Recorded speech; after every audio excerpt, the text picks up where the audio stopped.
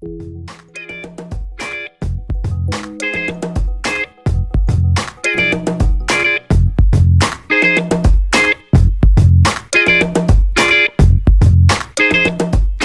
las personas tenemos cualidades para convertirnos en buenos oradores.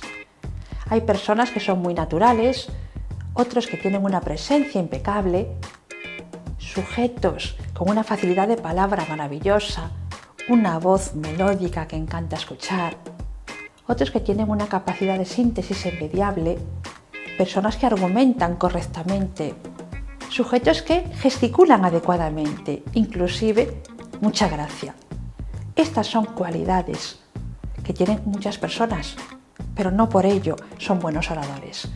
Un orador nace y un orador se hace. Absolutamente todos podemos convertirnos en buenos oradores. ¿Cómo? Interiorizando la técnica, haciéndola nuestra, asimilándola de tal forma que salga natural y saldrá, parecerá natural. La perseverancia y el tiempo juegan a nuestro favor para mejorar nuestra comunicación. Recuerda, todo lo que está destinado a ser grande nace pequeño.